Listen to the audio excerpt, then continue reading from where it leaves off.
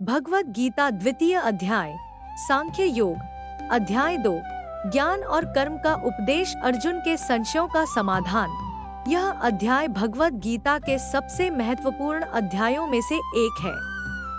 यह पूरे ग्रंथ का सार प्रस्तुत करता है। इस अध्याय में श्री कृष्ण अर्जुन के मोह और शोक को दूर करने के लिए आत्मा, कर्मयोग, भक्ति योग और ज्ञान योग की व्याख्या करते हैं। इस अध्याय के मुख्य विषय आत्मा का अमरत्व, अध्यात्म ज्ञान, कर्तव्यपरायणता, कर्मयोग, निष्काम कर्म, फल की इच्छा त्याग कर कर्म करना, स्थित प्रज्ञा, समाधि में स्थित व्यक्ति के लक्षण, श्लोक और व्याख्या। 1 अर्जुन का आत्मसमर्पण। श्लोक 1 से 10। अर्जुन अब पूरी तरह से श्री कृष्ण के शरणागत हो जाते हैं और कहते हैं कि वे अब मोह में हैं, इसलिए उन्हें सही मार्ग दिखाएं। मुख्य श्लोक। शिष्यस्तेह शाधीमा त्वा प्रपन्नम। अर्थ, मैं आपका शिष्य हूँ और आपकी शरण में हूँ।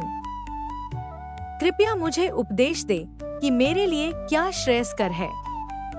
भावार्थ, यह श्लोक दिखाता है कि जब हम भ्रम में होते हैं तो हमें एक सच्चे गुरु के पास जाना चाहिए और उनकी शरण में रहकर मार्गदर्शन लेना चाहिए। 2 आत्मा अजरमर है। श्लोक 11 से 30। श्री कृष्ण समझाते हैं कि आत्मा न जन्म लेती है और न ही मरती है। शरीर नश्वर है लेकिन आत्मा शाश्वत है।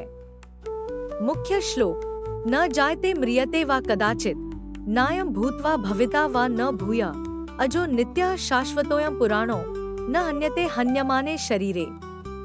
अर्थ, आत्मा न कभी जन्म लेती है और न मरती है।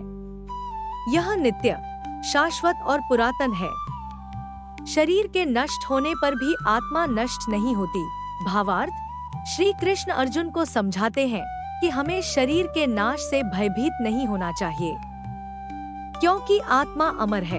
3 स्वधर्म और कर्तव्य का पालन। श्लोक 31 से 38। श्री कृष्ण अर्जुन से कहते हैं कि क्षत्रिय का धर्म है धर्मयुद्ध करना, इसलिए वे पीछे न हटें। मुख्य श्लोक। स्वधर्मंपि चावेक्ष्य न विकम्पितुमर्हसि, धर्म्याद्धि युद्धात् श्रेयोऽन्य क्षत्रियस्य न विद्यते। अर्थ, अपने क्षत्रिय धर्म को देखकर तुम्हें हिचकिचाना नहीं चाहिए, क्योंकि धर्मयुद्ध से बढ़कर कोई और श्रेष्ठ कर्तव्य नहीं है।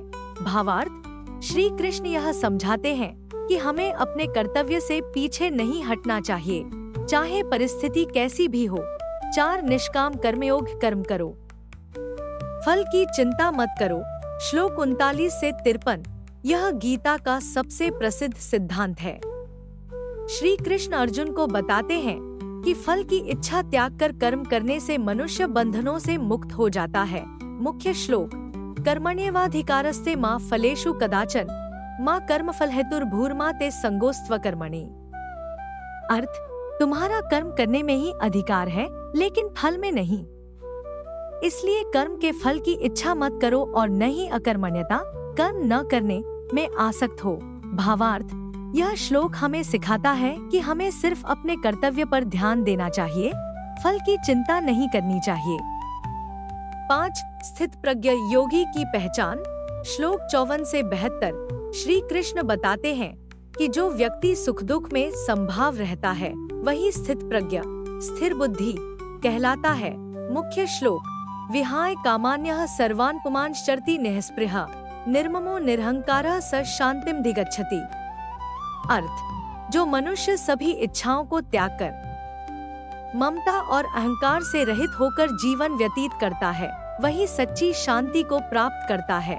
भावार्थ, जो व्यक्ति मोह, इच्छाओं और अहंकार से मुक्त हो जाता है वही सच्चे योगी या स्थित प्रज्ञ होता है। द्वितीय अध्याय से सीखने योग्य बातें। आत्मा अमर है, इसलिए मृत्यु का भय नहीं रखना चाहिए। कर्तव्य को बिना फल की चिंता किए पूरा करना ही सच्चा योग है। सुख दुख, लाभ हानि, जय पराजय में संभाव रखना चाहिए। इच्छाओं और अहंकार को त्याग कर ही सच्ची शांति प्राप्त हो सकती है। अगला अध्याय तृतीय अध्याय कर्मयोग, निष्काम कर्म की गहराई से व्याख्या।